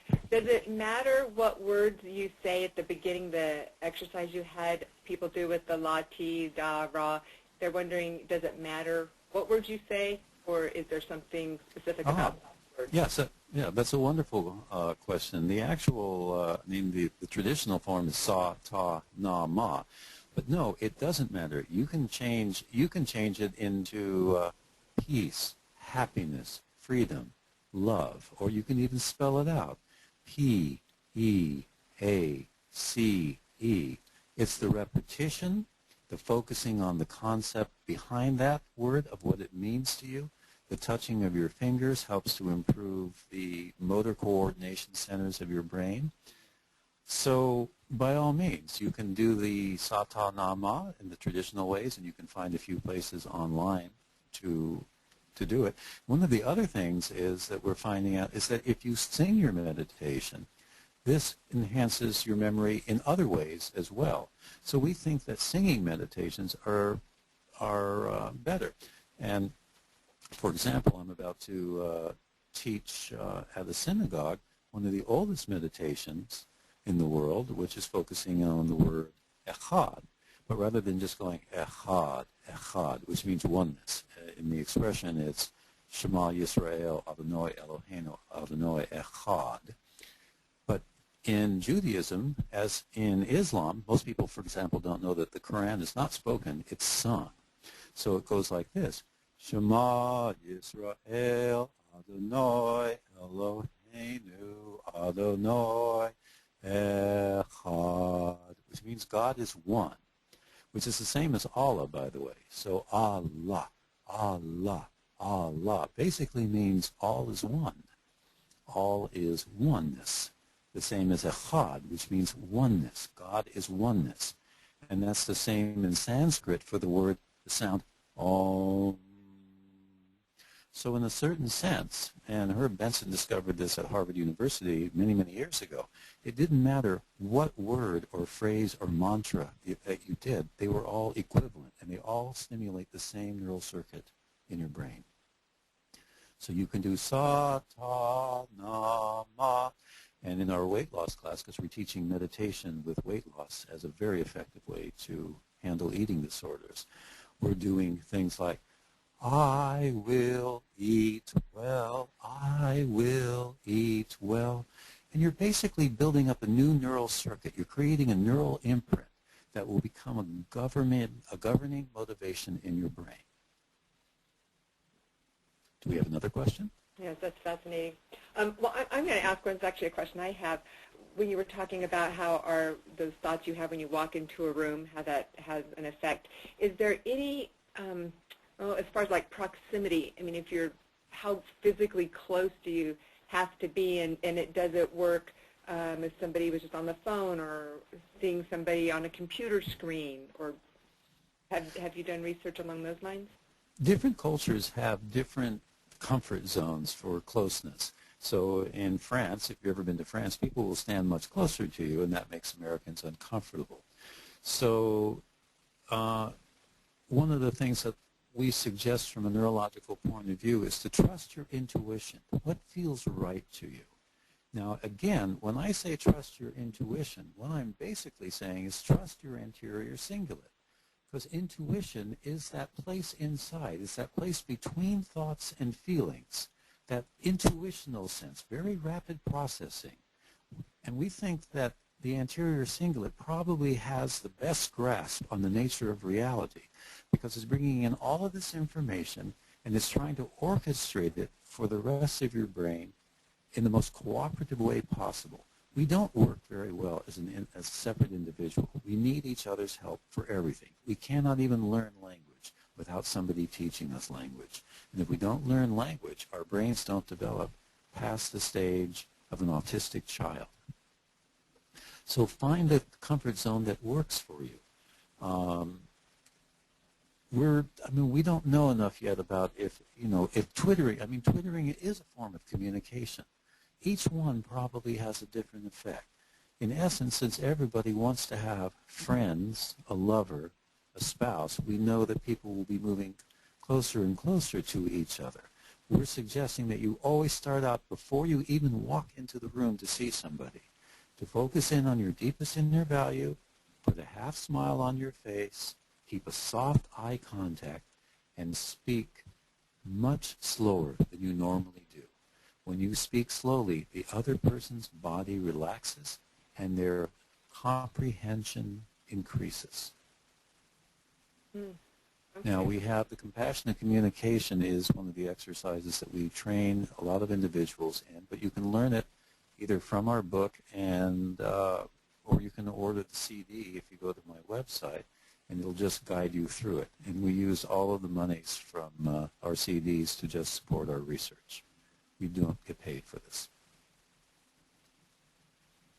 Would one side of the brain, in the last example, I'm not sure exactly when they typed this in, but it said, would the one side of the brain in the last example, or this one with the, must be the thalamus, not showing, see, perhaps is that a survival mechanism or a belief of that?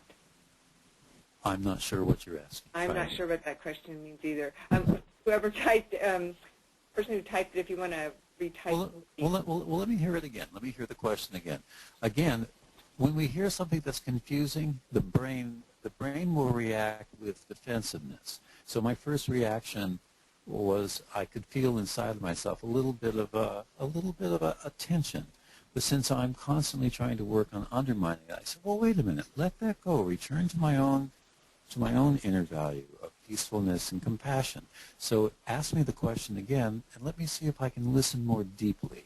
So so you see how I'm actually suspending the normal human way of being defensive to try to create a more compassionate dialogue. Because this happens all the time with people. We always misunderstand. Let me hear the question again. Okay. I'll just read the words that are typed. Would the one side of the brain in the last example, or this one with the one of the thalami not showing, perhaps, yes, I understand. Yeah, perhaps is that a survival mechanism or a belief of that? The asymmetrical thalamus, we think, is the effect of focusing profoundly intensely on a very unique belief, be it God or consciousness or just being in a meditative state. Being a contemplative means that you're taking a profound spiritual value and focusing on it as much of the day as possible. And so we think that this alters the thalamus, so that the thalamus is living in the reality of the spiritual belief system that you are embracing. Now, in terms of right and left hemisphere, the old notions of right and left hemisphere really don't hold up anymore because both sides of the hemispheres are constantly communicating with each other and exchanging information. So it's kind of like a dance. And the beauty of the dance is not looking at what one partner or the other is doing, but what the entire integrated dance is. That's the best way to look at differences between right and left hemisphere. Okay. I have a question, but someone wants to know if you could put up the slide with the graph about the different ages and the pictures again, please. I guess that's the German, the West German, and the East German ones. That was fascinating. This one? Yeah, this one here, the graph? I guess it is. Please, Rich, just let us know if this is the one you wanted. Is it the graph, the one with the graphs, or the one with the actual? Again, it's very simple. As you know, within the people who are in a religious community, a Lutheran community, the more the older they get, the more abstract their pictures of God becomes. So instead of having just a face or a person, they become circles and spirals and suns and universes and pictures of the whole.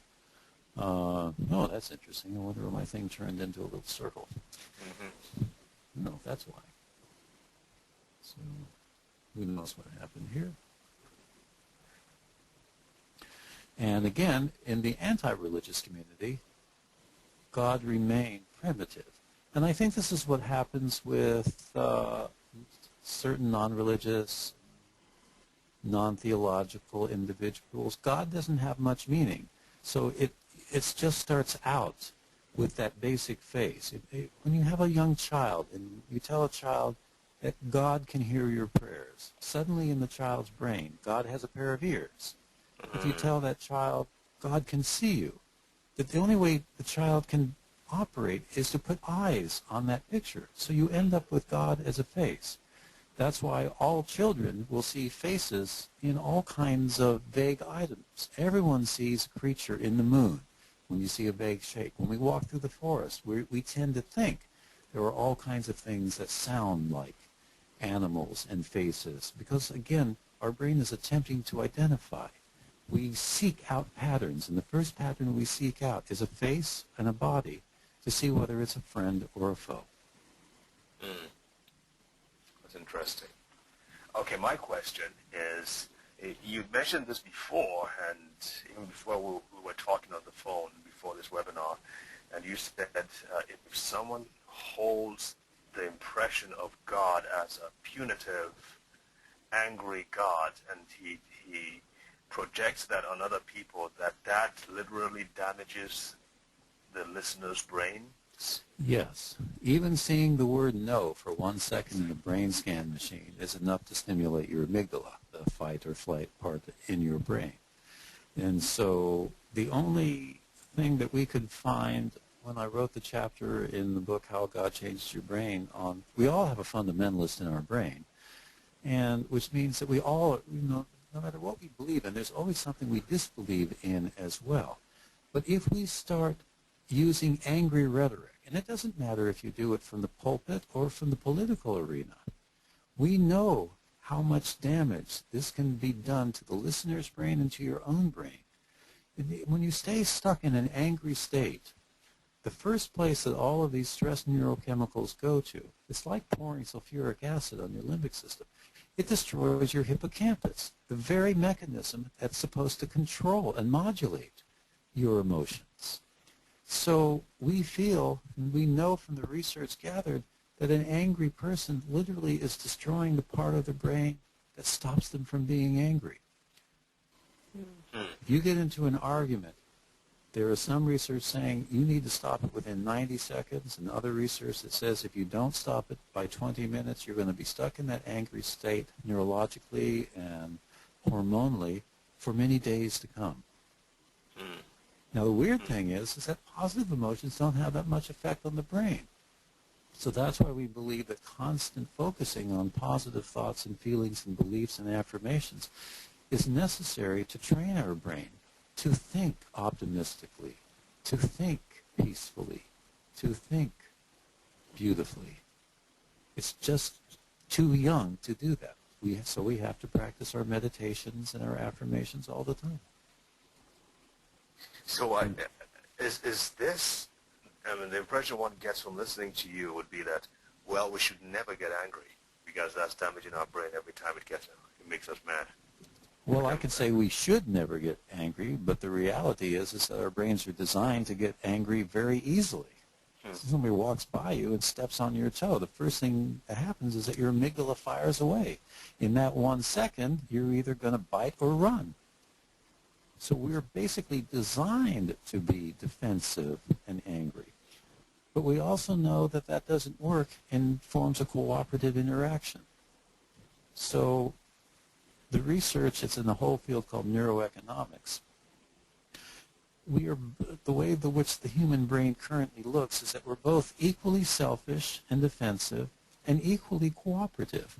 I mean, I live in the Los Angeles area, and I'm always amazed at how well everyone gets along on the freeway. I mean, we are amazing creatures. We have really crazy brains that are changing their connections all the time. The fact that we can cooperate at all, to me, is a credit to our species. Because the way the brain is designed, we're really kind of a reptile inside. So we've done a pretty good job over the last 50,000 years learning how to be cooperative. That's my opinion. So we are fundamentally cooperative beings, aren't we? 50-50. We're selfish and we're cooperative. How do we create a balance between those two? We think the best way is to become aware of both sides. That means self-reflection. That means being able to sit back and watch how your thoughts unfold. And this is another beautiful aspect of any form of meditative practice. What you do is that you sit there and you just stay in a relaxed, peaceful state and let your thoughts unfold. You can say, gee, I wonder how anger really works in me. And sit there and watch the types of angry thoughts and feelings that come up. And then with each one, you put them on like a cloud and you let them float by. So you keep coming back to your breathing and relaxation. And watch the next angry thought or feeling or association that comes up. And you can learn how to work with your anger without the aid of a therapist, because you're remaining calm as you discover your own unique personal process with any emotion that you have. And then we find, this is the most exciting thing, is that when you add these mindfulness-based practices to psychotherapy. When the psychotherapy ends, the study's about 3 years down the road, you don't need to go back to psychotherapy. Without the mindfulness-based practices, the effects of psychotherapy wear off after about 6 months to a year and a half. The same with drugs. The effects of the drugs wear off almost immediately. But if you do meditation while you're taking an antidepressant, when you stop the antidepressant, your meditation practice will be able to carry on the antidepressant effect. So it augments it and sustains it. Makes the drugs work better, huh? Yes. With less side effects, I'm sure. Oh, yeah. Well, the most amazing thing that's come up recently is, the National Institutes of Health is going to oversee a conjoint research project by all the major U.S. pharmaceutical companies because the placebo effect is becoming more and more powerful. They can't beat it anymore, and they need to understand how that works. Now, the placebo effect is simply a sugar pill. So if you take a placebo along with your regular medication, the medication is more powerful. The pharmaceutical companies have saying, we don't understand this. We have to figure it out because they're getting to a point that they can't do better than the placebo, so they can't get their drugs approved. Now, my own notion on this is that the placebo effect is your belief effect. And I think over the past 30 years, people have learned through all of the self-help books that are out there that having hope and optimism and faith and focusing, even on something as simple as the book and the movie The Secret, to maintain these kind of positive affirmations actually can cure 25 to 95% of most of the illnesses that are out there.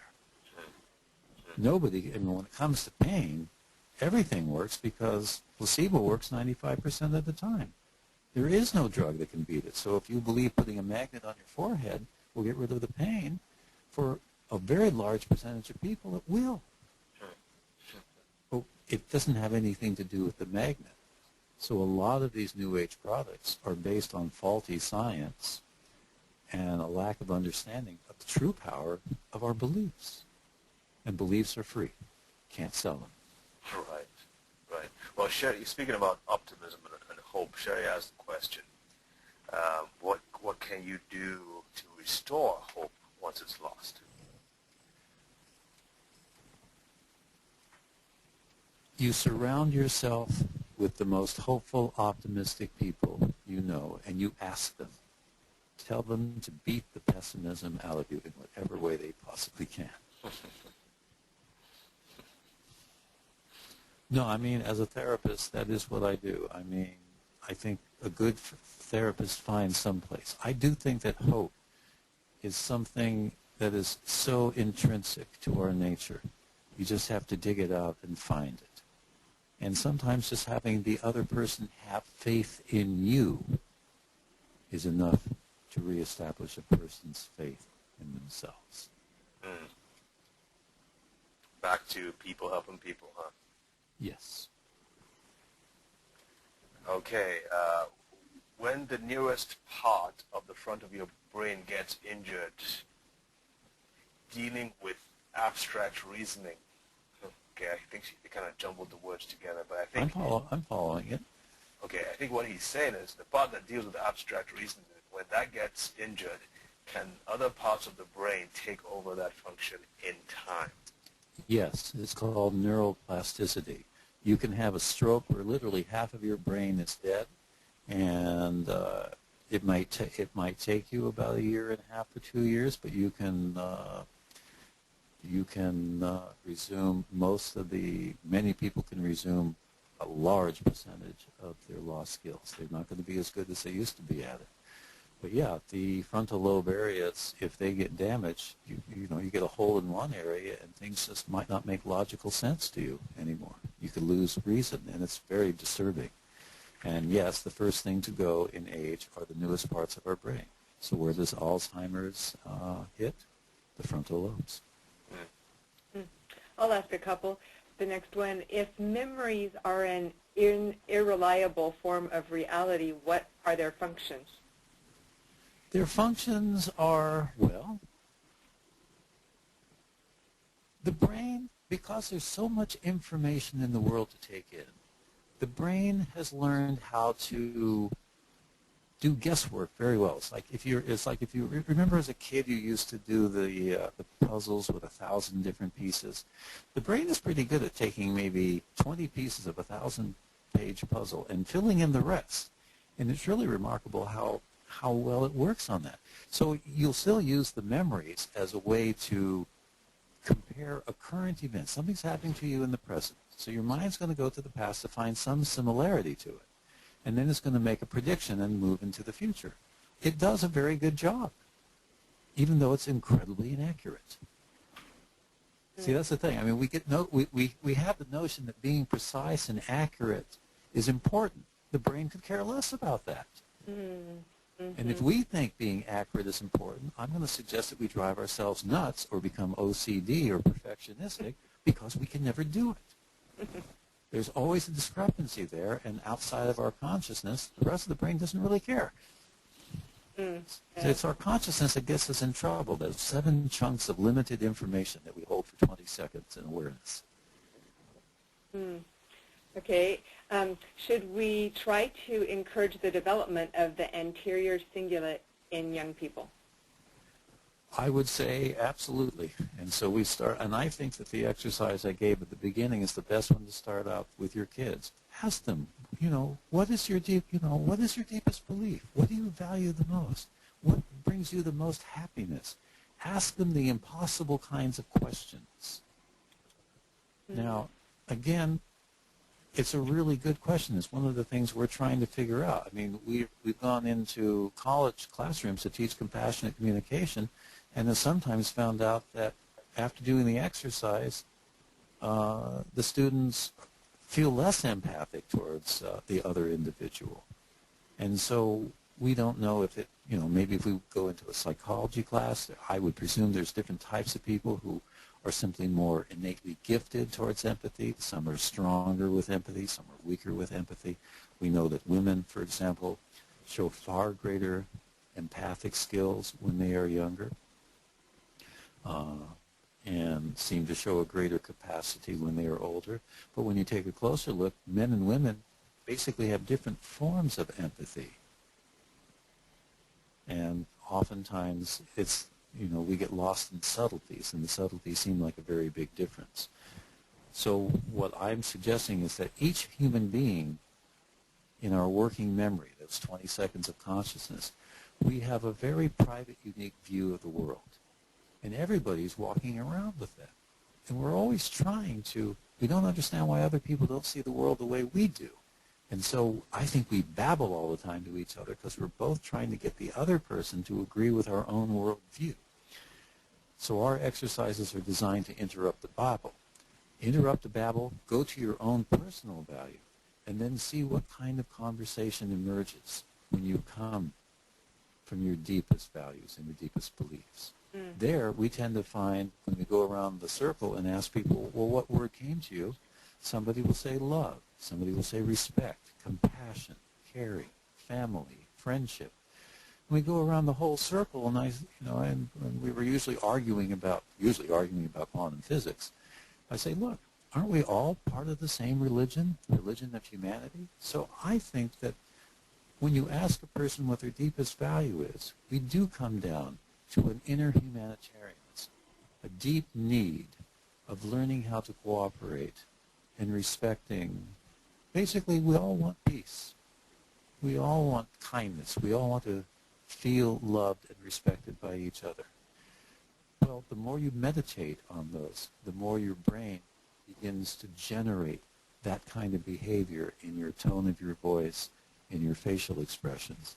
And then other people get pulled into your peacefulness, into your compassion. That's strengthening your anterior cingulate. Is this the mechanism behind EFT, emotional freedom technique?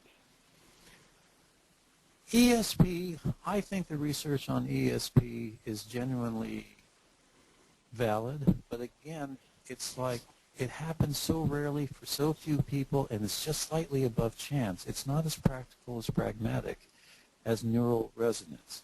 I think a better way to understand ESP extrasensory perception is, again, the fast intuitional processes in the anterior cingulate in our brain, that part that balances our thoughts and our feelings. So the more we learn how to trust I would rather tell people, you can't develop your intuition, you can't develop your ESP, but you can trust your intuition. And I say it for a very specific reason. There's nothing else you can trust. In essence, whether you believe me or disbelieve me or believe somebody else or disbelieve somebody else, with all of the information out there, the more you collect, the more confused you'll become. I mean, if you take any drug, you go look on the side of the bottle. There's more things that the drug will cause that will upset you than will help you. You have to come back to your own intuition, your own inner sense of trust. And this is why I ask a person, well, trust your intuition. Does it feel better for you to take the medication or not? Do you want to do cancer treatment A or not? Here's all the information. It is confusing. Nobody knows for sure. The world's a much messier place than it is. But if you trust your intuition, it always feels good. And when you do, because a person who's anxious or depressed isn't trusting themselves. I think it's very, very easy to teach a person how to become self-trusting. You ask them to go inwards and ask them to say what seems ultimately true to you, even if it's not true for somebody else. That's the best we have. And there's a lot of neuroscience evidence to support that. That's fascinating. I might not have spoken the question clearly enough. It was actually EFT, Emotional Freedom Technique. Yes. That? No, it's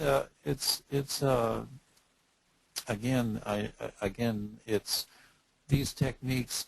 One of the things is because, again, it's nothing really more than placebo effect. So that particular technique is not within the scientific or the psychology community considered a valid technique.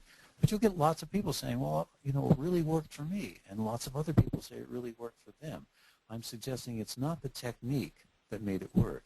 It was your faith in the other person teaching you the technique. And if the other person was I think we're all healers. And so I think we heal each other when we generate kindness and compassion towards each other. So any technique that a kind, compassionate person is offering is going to be a healing effect for the other person. It's going to boost your immune system just to be around a sweet, warm, loving person. And if your immune system is boosted, that makes you feel better. Right. Well, that makes sense. A couple of people are asking about the yawn study slides. You said you would send that by email?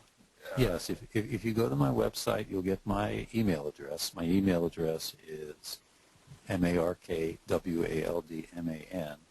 at sbcglobal.net. But if you can also if you forget any of this information and you just type in Mark Waldman, you'll find my website pretty easily there. And just don't be upset if it might take a few weeks for you to get a response from me. I basically have caught up ever since the time since they featured it.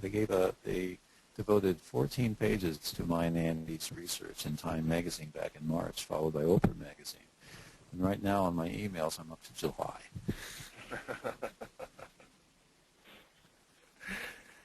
Well, you may have made a mistake in giving out your email address, because I'm sure you're going to have... I truly try to respond to everyone. In my nature, I'm just not...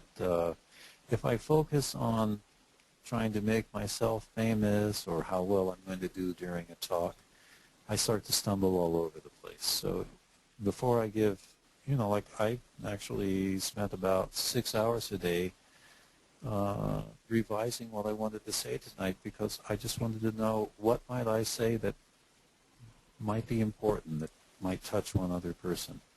So I'm just trying to put out some very simple findings that neuroscience shows that can make our lives a little happier, a little bit more compassionate. I hope it works for you. Well, you've certainly, those 6 hours have certainly paid off because I tell you, this has been really, really, really good. And we are going to have you back in January, right? I know you're busy. Yes. Okay. So we'll just stay in touch on that because I feel everybody really needs to know about the kind of information you're sharing. So we really appreciate it. Yeah, maybe we can actually do some of the compassionate communication work. Sure. That'd That be would be great. great. That would be really good. I'm sure Sherry needs me to attend those for sure. I'm like, Mark, please, please. Well, you guys on the East Coast must be exhausted by now. Thank you for letting me tickle a few dendrites or two. Yes, this has been wonderful. Thank you, Mark. Someone says, "Thank you so much. You are amazing." All right. Well, thanks again, Mark. And I'm sure we've held you on for too long, and we're going to just wrap it up now. But we will be looking forward to having you back very, very soon. Thank you all. Good night. Good night. Good night. And good night, folks. You have a great evening, and have a great weekend. I hope you see you next week. Thanks.